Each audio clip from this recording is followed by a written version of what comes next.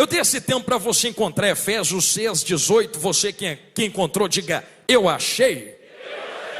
Meus irmãos, minhas irmãs, assim está escrito na palavra do nosso Deus: orando em todo tempo com toda oração e súplica no Espírito, e vigiando nisto com toda perseverança e súplica por todos os santos. Eu repito: orando em todo tempo com toda oração e súplica no Espírito. Amém.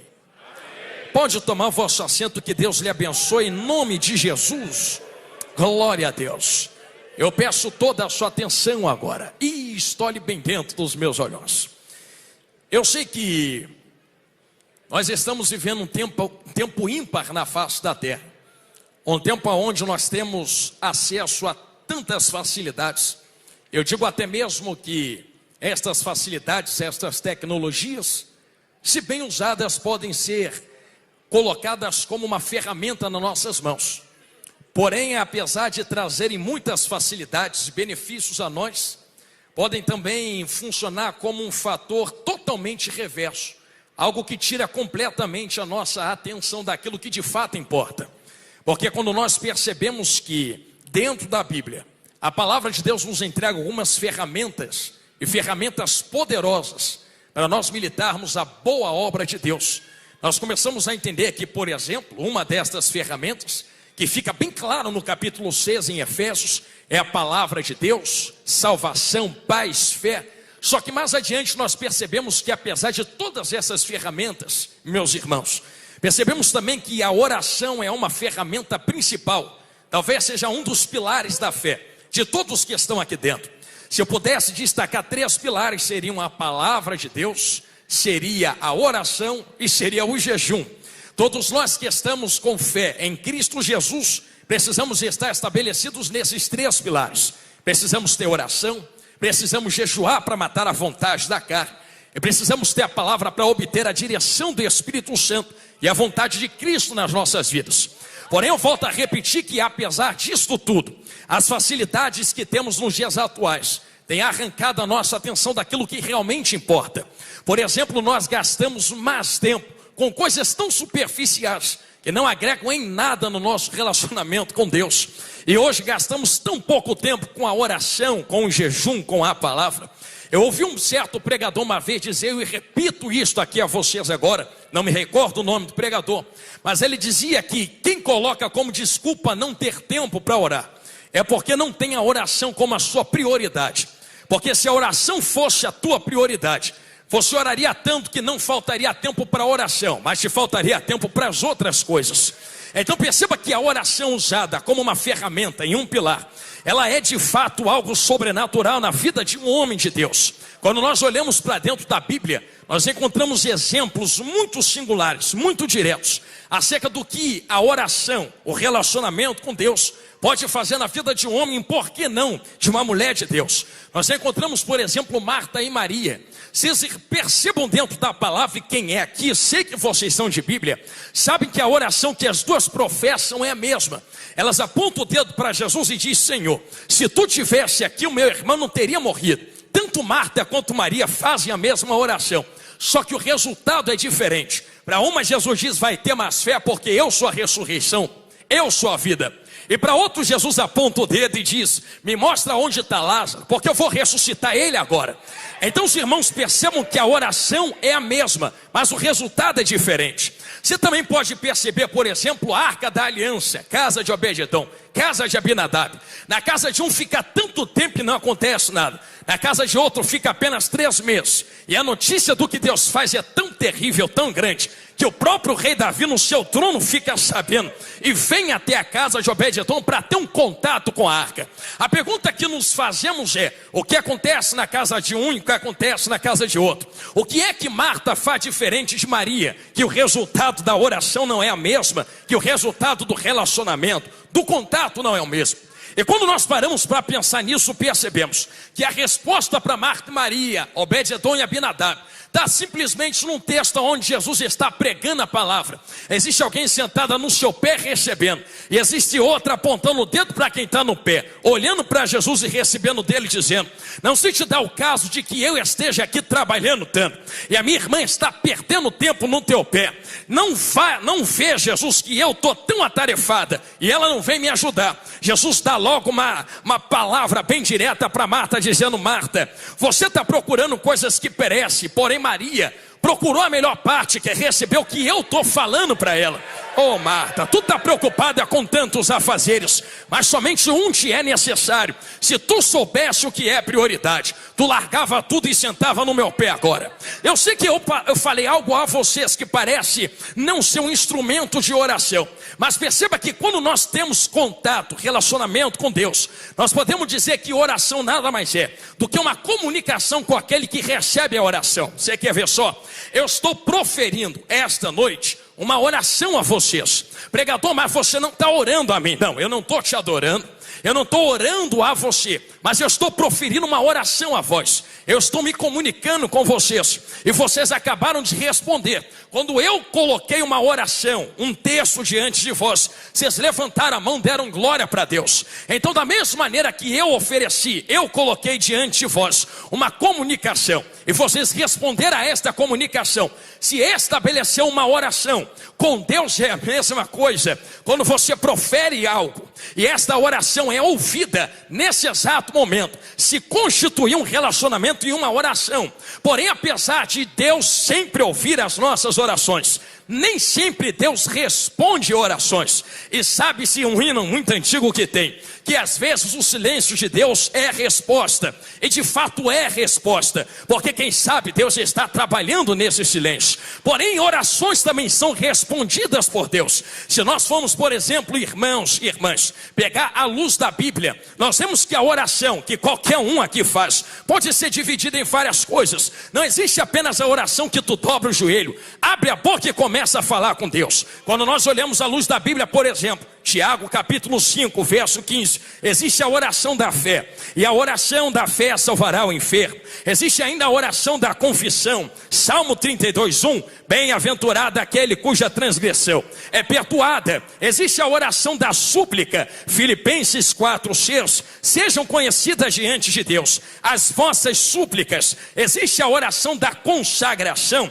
por exemplo, Mateus 26, 39, Pai, se possível afasta de mim esse cálice, todavia não seja feita a minha vontade, todavia seja feita a tua vontade, não a minha. Existe a oração da intercessão, 1 Timóteo capítulo 2, verso 1, vai comendo Bíblia, faça a intercessão em favor de todos os homens. Existe, irmãos, a oração da concordância, Atos capítulo 1, versículo de número 14, após a ascensão de Jesus, os discípulos perseveraram, unânimos e unidos em oração. Existe ainda a oração de graças, no mesmo Filipenses 4, 5, sejam conhecidas diante de Deus as vossas petições com ações de graças. Então vocês percebam que não é apenas chegar diante de Deus e proferir palavras vãs e vazias. Existem várias direções e vertentes diante de Deus acerca da oração que um homem pode colocar diante dele. Porém,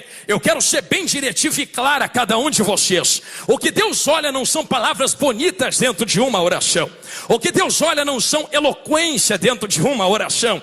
O que Deus olha não é a sabedoria de colocação de entendimento dentro de uma oração. O que Deus olha é um coração contrito por trás das palavras. Eu digo sempre para os adolescentes lá na igreja, é melhor uma lágrima que rola no seu rosto do que palavras vazias que saem na sua boca, porque Deus sabe ler a frase de uma oração dentro da lágrima que rola no seu rosto. Alguém me perguntou o dia, pregador Jonathan Carlos, pastor Jonathan, quanto tempo nós temos que orar diante de Deus? E eu respondi para aquele vaso, eu oro quando eu acordo e termino de orar quando vou dormir. Ele olhou para mim e disse, quer dizer que tu passa o dia orando? Eu disse sim.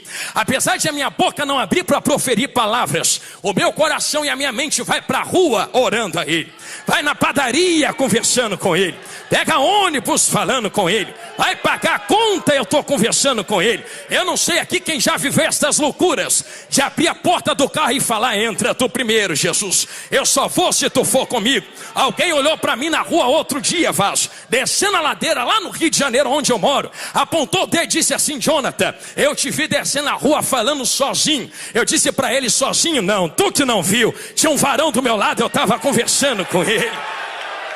Aleluia. Eu digo a vocês que é melhor uma oração que coloca o coração diante de Deus do que uma oração com palavras vãs e vazias. Entrando no tema desse congresso: perseverando em oração, orando em todo o tempo. Só que quando nós pensamos nisso, e eu preciso abrir um parênteses aqui para levar os irmãos até onde o Espírito Santo mandou, e eu não vou tirar isto que ele mandou. Se é oração em todo o tempo, eu sei que teologicamente, quando nós olhamos para esse todo o tempo, nós pensamos nos tempos da vida, nos tempos terrenos. Mas eu poderia colocar, sem ser forçoso no texto, em todo o tempo também na sua vida. Até mesmo quando você está dormindo na sua cama. Pregador, agora você falou loucura. Se eu estou dormindo, vou orar a Deus como? É a mesma tática e estratégia que Jesus usa quando Jesus aponta o dedo para os discípulos e diz assim: vai por todo mundo e prega o meu evangelho a toda criatura, sim ou não? Agora eu faço uma pergunta a vocês que concordaram: se pregar fosse só abrir a boca e pronunciar palavras, como é que quem é mudo iria pregar? Se pregar fosse só meter mão no microfone, como é que quem não tem corda vocal iria pregar? Pregar não é só subir aqui no altar. Pregar não é só meter mão no microfone. Pregar não é só pronunciar a palavra. Quando Jesus disse: vai por todo mundo e prega o meu evangelho, ele não está falando de tu abrir a boca e falar a palavra. Ele está falando de tu ser uma carta que possa ser lida por quem está te olhando. Tu não precisa falar, tu só passa. Alguém te olha e fala: lá vai um santo homem de Deus. Lá vai um santo homem de Deus, entendeu? É de Bíblia. Ele nem falou nada, mas eu vi ele passar. É um santo homem de Deus. Isto é para pregação, mas também é para oração. Existem orações que você não precisa abrir a boca para orar. Você só vive. A tua vida é um contínuo contato com Deus. Deus olha para ti, se agrada de ti. Tu nem fala nada, tu nem abre a boca, mas Deus recebe a sua vida em oração diante dele. Você quer ver como a oração em silêncio é poderosa? Eu digo sempre, ensinando lá na igreja, que a humildade é uma oração silenciosa a Deus. Quem é humilde e quem tem humildade não precisa abrir a boca para orar. Antes dele chegar, Deus já ouviu a súplica do seu coração. Ele não precisou pronunciar palavras, porque ao soberbo Deus abate, mas o humilde Deus dá graça, Deus ouve, Deus atende, Deus coloca a mão, Deus vai, libera poder, libera graça, libera unção. Quando nós percebemos isto dentro da Bíblia, percebemos que não só 1 ou 2 ou 5 foram alguém que orou diante de Deus. Existem vários personagens que com humildade, que com perseverança, abriram a boca e foram respondidos diante de Deus. Vocês querem ver só? Gênesis capítulo 20, verso 17. Abraão orou a Deus, e Deus curou Abimeleque, sua mulher e suas servas. Gênesis 25, Isaac orou a Deus, e Deus curou Rebeca da sua esterilidade. Gênesis 32, Jacó orou a Deus, e Deus livrou ele da mão de Esaú. Êxodo 32, Moisés orou a Deus, e Deus poupou um povo inteiro, Israel, por causa da oração de um homem em cima de um monte. Josué capítulo 10, Josué ora a Deus, Deus mete a mão e para o sol para Israel poder vencer uma guerra. Juízes capítulo 16, Sansão orou a Deus, e Deus restaura a força do seu servo. Salmo de número 4, Davi orou a Deus, e no meio da sua angústia Deus o sustentou. 1 Reis capítulo 3, Salomão orou a Deus, e fogo desceu do céu. 2 Crônicas capítulo 7, Salomão ora de novo a Deus, e fogo de Deus invade o templo, toma tudo de glória, a fumaça se apresenta, quem está fora não entra, quem está dentro não sai. É tanta glória que Deus muda o ambiente ambiente por causa da oração de um homem. 1 Reis capítulo 3, Salomão novamente ora a Deus, e Deus dá sabedoria para Salomão. 1 Reis capítulo 18, Elias ora a Deus, e de novo fogo desce do céu. 2 Reis capítulo 20, Ezequias ora a Deus, e Deus acrescenta mais 15 anos de vida ao seu servo no trono. 1 Reis capítulo 18, Elias dobra o joelhinho, começa a orar a Deus. 7 vezes o servo vai, na última ele volta e diz: tu está orando? Eu estou vendo uma pequena nuvem subir como um formato do tamanho da mão de um homem. Ele diz: volta correndo e avisa, a oração teve resposta, vai ter chuva na terra. Irmão, está aqui é tão sério que nem o Filho de Deus, aquele para quem vocês estão dando glória, deixou de orar. Isso aqui é tão sério que até Jesus perseverou em oração. O que mais Jesus ensinou aos seus discípulos, e eu vou falar isso daqui olhando bem dentro dos teus olhos, não foi a pregar. Jesus não ensinou a pregar, Jesus não ensinou a expulsar demônio, Jesus não ensinou a meter mão espada, cortar a orelha do povo, Jesus não ensinou a prosperidade, a ter dinheiro. O que Jesus ensinou a eles foi orar. Como orar? Pai nosso que estás no céu, santificado seja o teu nome, venha a nós o vosso reino, seja feita a sua vontade. Isso daqui é tão sério que até Jesus entende: eu sou filho de Deus, mas sendo quem eu sou, vou para o joelho orar. Imagine vocês que não sentaram à direita do trono, imagine vocês que não subiram